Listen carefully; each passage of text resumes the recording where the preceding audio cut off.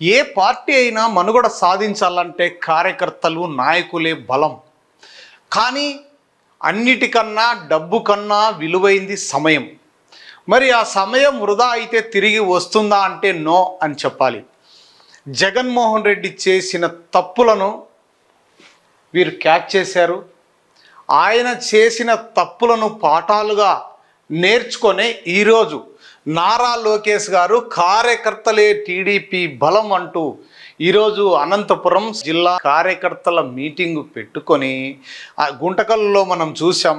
కార్యకర్తలకు ఏ విధమైన భరోసా ఇచ్చారు, వారితో ఏ విధంగా మమేకమయ్యారు, వారికి గతంలో రావాల్సిన నీరు చెట్టు బిల్లులు కావచ్చు, వివిధ కేసుల విషయం కావచ్చు, ప్రతిదీ వారికి నేనున్నాను అంటూ భరోసా ఇచ్చారు. అదే గతంలో జగన్మోహన్ రెడ్డిని నమ్ముకొని జగన్మోహన్ రెడ్డితో పాటు ప్రయాణం చేసిన నాయకులే కాదు, కార్యకర్తలు కూడా ఏ విధంగా ఇబ్బంది పడ్డారు మనందరికీ తెలుసు. ప్రభుత్వం ఉన్నంత వరకు కనీసం ఏ రోజు కూడా కార్యకర్తను పట్టించుకున్న పాపాన పోలేదు. అదే తెలుగుదేశం పార్టీ విషయానికి వస్తే ప్రతిపక్షంలో ఉన్నప్పటికీ కార్యకర్తలు ఏదైనా ఇబ్బందుల్లో ఉండి లేదా కార్యకర్తలు చనిపోయినా వారి కుటుంబ సభ్యులకు భరోసా ఇస్తూ ఆర్థికంగా వారిని ఆదుకుంటూ వారి పిల్లలను సైతం చదివించుకుంటూ ఆ కార్యకర్తల్ని వెన్నంటి ఉన్నారు తెలుగుదేశం పార్టీ నాయకులు, అధిష్టానం. అదే వైఎస్ఆర్సీపీ చేసింది ఏంటి? ప్రభుత్వం ఉన్న కార్యకర్తలను కానీ కింది స్థాయి నాయకులను కానీ పట్టించుకోలేదు. పార్టీ ఎప్పుడైతే ఓటమి పాలైందో అప్పుడు మళ్ళీ కార్యకర్తలు భజన చేశారు. అదే కార్యకర్తలు మీటింగ్ పెట్టుకున్నారు. అమరావతికి రావాలి అని, తాడేపల్లి ఆఫీస్కు రావాలని కబురు పంపితే కనీసం బస్సు ఛార్జీలకు కూడా లేని పరిస్థితి కొంతమంది కార్యకర్తలు. ఆ తప్పుల్నే ఈరోజు వీరు ఒప్పులుగా చేసుకొని ఈరోజు కార్యకర్తలకు భరోసా ఇచ్చారు నారా లోకేష్. ఇక వివరాల్లోకి వెళితే కార్యకర్తలే టీడీపీ బలం, గ్రూపు రాజకీయాలు అలక పానుపులు వద్దు, కష్టపడ్డ అందరికీ న్యాయం చేస్తాం, నీరు చెట్టు పెండింగ్ బిల్లులు తీసేసుకోండి అన్నారు. ఏకంగా ఆ పెండింగ్ బిల్లులు ఏవైతే ఉన్నాయో అవన్నీ తీసేసుకోండి. బట్ ఇదే వైఎస్ఆర్సీపీ ప్రభుత్వంలో కాంట్రాక్ట్ పనులు చేసి ఎంతోమంది అన్యాయం అయిపోయారు. మరి వారికి ఎవరు దిక్కు? ఈరోజు వారికి భరోసా ఎవరు? కేసులపై ప్రత్యేక సెల్కు ఫిర్యాదు చేయండి.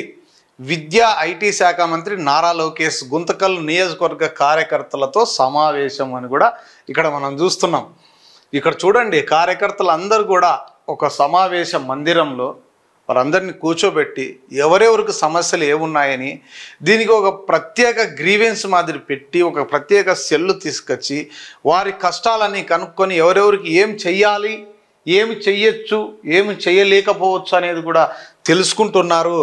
కార్యకర్తల బలంపైనే టీడీపీ నిలిచి ఉందని ఏ కార్యకర్తను మర్చిపోమని విద్యా ఐటీ శాఖ మంత్రి నారా లోకేష్ అన్నారు. గుత్తి పట్టణ శివారులో గురువారం మధ్యాహ్నం నుంచి రాత్రి వరకు మంత్రి నారా లోకేష్ నియోజకవర్గ కార్యకర్తల సమన్వయ సమావేశాన్ని నిర్వహించారు. మధ్యాహ్నం హెలికాప్టర్లో గుత్తికి వచ్చిన ఆయన తొలుత ఉత్తమ కార్యకర్తలతో సమావేశమయ్యారు. చూడండి, ఎంత కార్యకర్తల్లో కూడా మళ్ళీ ఉత్తమ కార్యకర్తలు అంట. అత్యుత్తమ చొరవ నిబద్ధత చూపిన 32 మంది కార్యకర్తలకు ప్రశంసా పత్రాలు, గౌరవ పురస్కారాలను అందజేశారు. కార్యకర్తల పోరాటం ఫలితంగానే వైసీపీ దుష్ట పాలన నుంచి రాష్ట్రాన్ని కాపాడగలిగామని అన్నారు. వైసీపీ పాలనలో ప్రజలు కష్టాలను చవిచూస్తే టీడీపీ శ్రేణులు నరకాన్ని అనుభవించారని అన్నారు. కష్టపడి సాధించిన ఈ విజయాన్ని పదిలపరుచుకోవాల్సిన బాధ్యత కార్యకర్తలపై ఉందని అన్నారు. రానున్న రోజుల్లో సమిష్టిగా ముందుకెళ్లాలని, గ్రూపు రాజకీయాల జోలికి వెళ్ళరాదని, అలికి ఇంటి వద్ద కూర్చోవద్దని కార్యకర్తలకు హితవు పలికారు. గుంతకల్ ఎమ్మెల్యే గుమ్మనూరు జయరాంతో దారిలో మాట్లాడానని, కార్యకర్తల్లో ఎవరికి అన్యాయం జరగదని, ఆయన అందరికీ న్యాయం చేస్తారని తెలిపారు. ఎమ్మెల్యే వద్దకు ఎటువంటి అమరికలు లేకోకుండా వెళ్ళాలన్నారు. వెళ్ళి పనులు చేయించుకోవాలని కూడా సూచించారంట. నెలలో 3 రోజులు పని చేయండి అంట. చూడండి, ఎమ్మెల్యే కూడా చెబుతూ కారులో నేను మాట్లాడాను గుమ్మనూరు జయరాంతో, ఎవరు కూడా అలగొద్దండి, ఎందుకంటే కష్టపడి మీరు పార్టీ కోసం పనిచేశారు, ఈరోజు ఆ ఫలాలు అనుభవించాల్సిన అవసరం మీకు ఉంది, ఎవరు కూడా అలక పూనొద్దండి, అలిగి ఇంటికాడ ఉండొద్దండి, మీకు ఏ పని ఉన్నా సరే మీ ఎమ్మెల్యే దగ్గరికి వెళ్ళి మరి పని చేయించుకోండి అని కార్యకర్తలకు చెప్పారు. వారికి భరోసా ఇచ్చారు నారా లోకేష్. ఇదే వైఎస్ఆర్సీపీ ప్రభుత్వంలో అట్లీస్ట్ ఆ నాయకుడితో ఫోటో దిగాలన్నా కూడా వాళ్ళకి దిక్కు దివానం లేదు. ఫోటో కోసం ఎగబడ్డారు. తిరుపతి వెంకటేశ్వర స్వామికి పోయి దర్శనం చేసుకునే పుణ్యం వస్తుంది, ఇదే జగన్మోహన్ రెడ్డి కోసం కనీసం కలవడానికి కూడా మాకు అవకాశం ఇవ్వలేదు అని కార్యకర్తలు కాదు, నాయకులు కాదు, ఏకంగా ఎమ్మెల్యేలు కూడా బహిరంగంగా విమర్శలు చేశారు. తాడేపల్లిలో ఒక దేవుడు ఉన్నాడు, ఆయన్ని మేము కలుసుకోవడానికి మాకు ఇంతవరకు దర్శనం దొరకలేదు అని. ఇది కదా నాయకుడు ఎప్పుడు కూడా ప్రజల్లో ఉండాలి, ప్రజలతోనే ఉండాలి, కార్యకర్తలకు భరోసా ఉండాలి. మరి ఏది ఇప్పుడు ఆ పని చేయట్లేదు తెలుగుదేశం పార్టీ. వారు ఏదైతే తప్పులు చేశారో ఆ తప్పులు తెలుగుదేశం పార్టీ సరిదిద్దుకొని జగన్మోహన్ రెడ్డి చేసిన తప్పుల్నే వీళ్ళు పాఠాలుగా నేర్చుకొని చరిత్ర చెబుతోంది. చరిత్ర రిపీట్ కావాలంటే మళ్ళీ సమయం రావాలి కదా, మళ్ళీ ఆ అవకాశం రావాలి కదా, మళ్ళీ ఆ రోజులు రావాలి కదా. మరి ఇవన్నీ ఎందుకు తెలియలేదు వైఎస్ఆర్సీపీ పార్టీకి అని కార్యకర్తలు అనుకుంటున్నారు. ఏది ఏమైనా తెలుగుదేశం పార్టీ వారు చేసిన తప్పుల్ని అందిపుచ్చుకొని ఎలా పరిపాలించాలి, కార్యకర్తలను దూరం పెడితే ఏ విధంగా రివెంజ్ ఉంటుంది, అలాగే ఉద్యోగస్తులతో పెట్టుకుంటే, టీచర్స్తో పెట్టుకుంటే ఏ విధంగా ఉంటుంది అని ఇవన్నీ బాగా తెలుసు చంద్రబాబు నాయుడు గారికి. అందుకే చంద్రబాబు నాయుడు గారు గతంలో చేసిన తప్పులను పాఠాలుగా నేర్చుకొని ఈరోజు ఒక్కసారి అధికారం కోల్పోతే ఏ విధంగా ఉంటుందనేది చవి చూశారు. మళ్ళీ అధికారం చేయి జార్చుకోవడానికి ఎటువంటి పరిస్థితుల్లో ఆయన ఖచ్చితంగా రాజకీయాలు చెయ్యక మానడు. మళ్ళీ ఒకసారి తెలుగుదేశం పార్టీ ఈ విధంగా ఎప్పుడైతే 2019లో ఎలక్షన్స్లో ఓడిపోయిందో ఆ విధంగా మళ్ళీ ఎప్పుడు కూడా ఇంత ఘోరాతి ఘోరంగా ఓడిపోకూడదు. మరి పార్టీకి జవసత్వాలు రావాలి, కార్యకర్తలు కింది స్థాయి నాయకులే బలం, వారిని బాగా చూసుకోవాలంటూ బాగా ముందుకొచ్చి ఈరోజు నారా లోకేష్ను రంగంలోకి దింపారు చంద్రబాబు నాయుడు.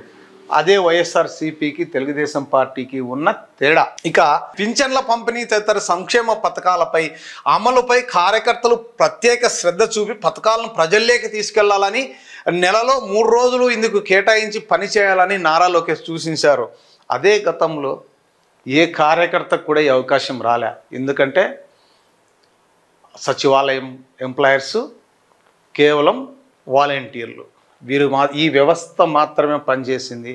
ఎక్కడే కానీ కార్యకర్త అనేవాడికి బలం లేదు, వాడి మాట చెల్లదు. అంతెందుకండి, కార్యకర్తే కాదు, ఆ వార్డులో ఉన్న కౌన్సిలర్ కావచ్చు, కార్పొరేటర్లకు కావచ్చు, ఎమ్మెల్యేకి కావచ్చు, ఎటువంటి పని లేకుండా పోయింది.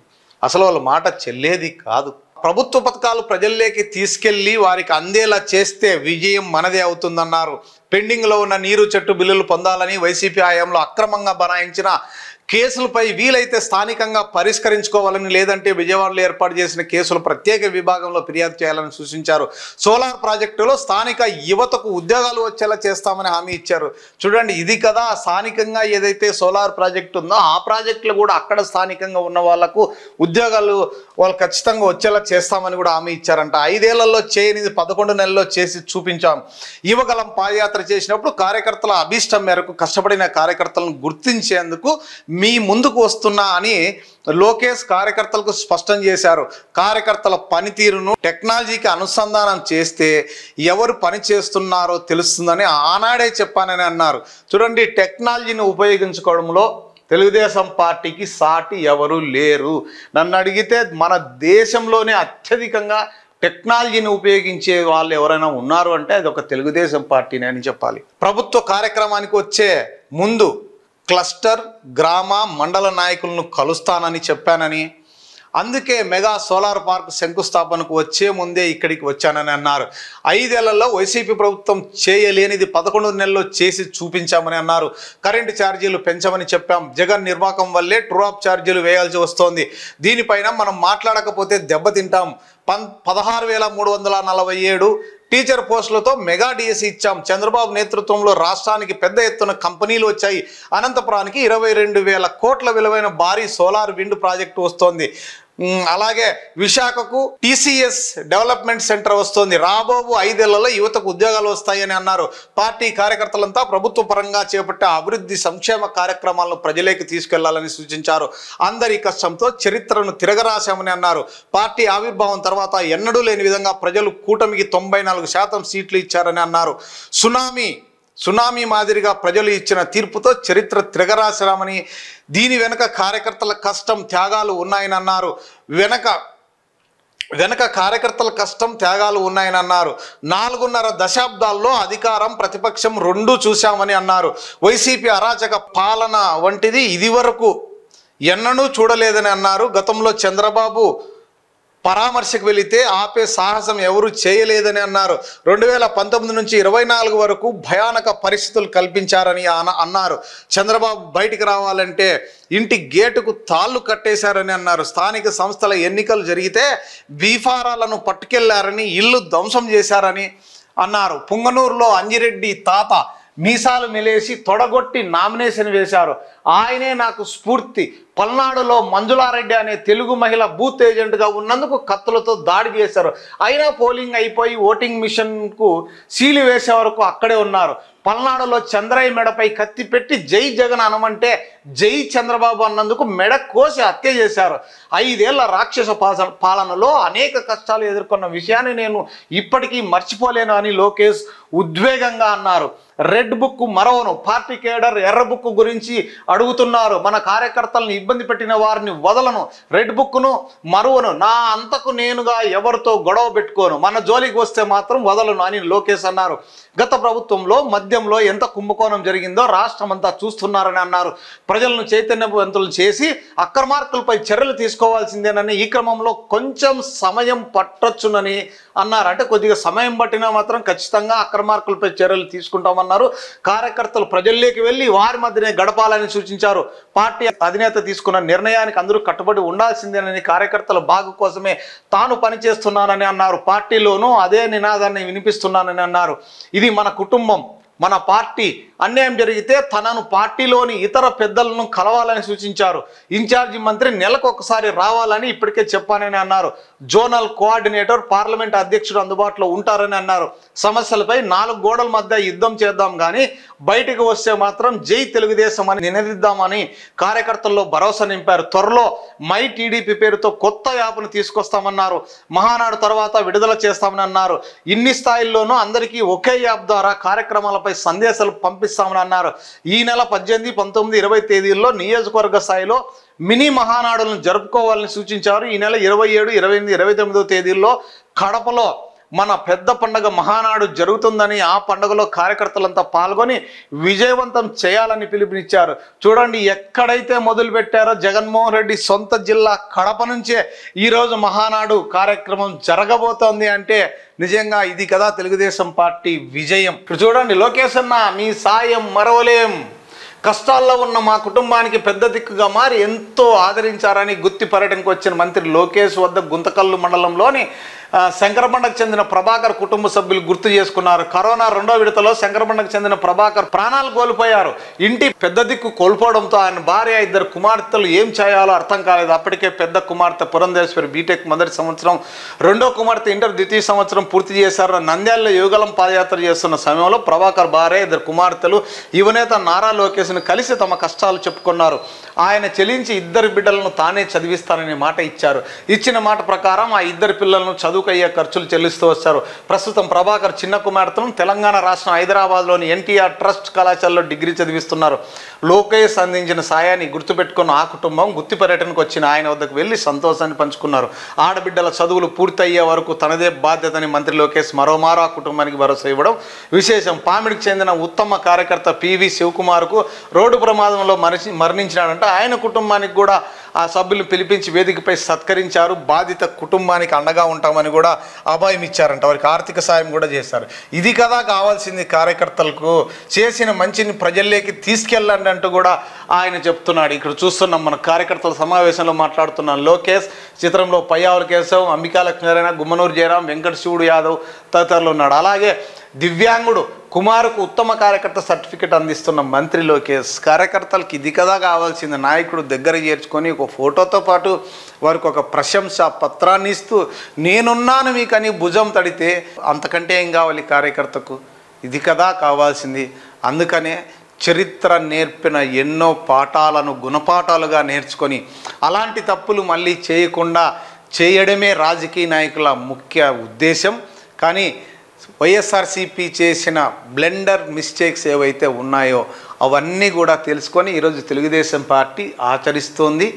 మళ్ళీ అధికారంలోకి రావడానికి ఎటువంటి ప్రయత్నాలు చేయాలో అవన్నీ చేస్తోందని చెప్పాలి.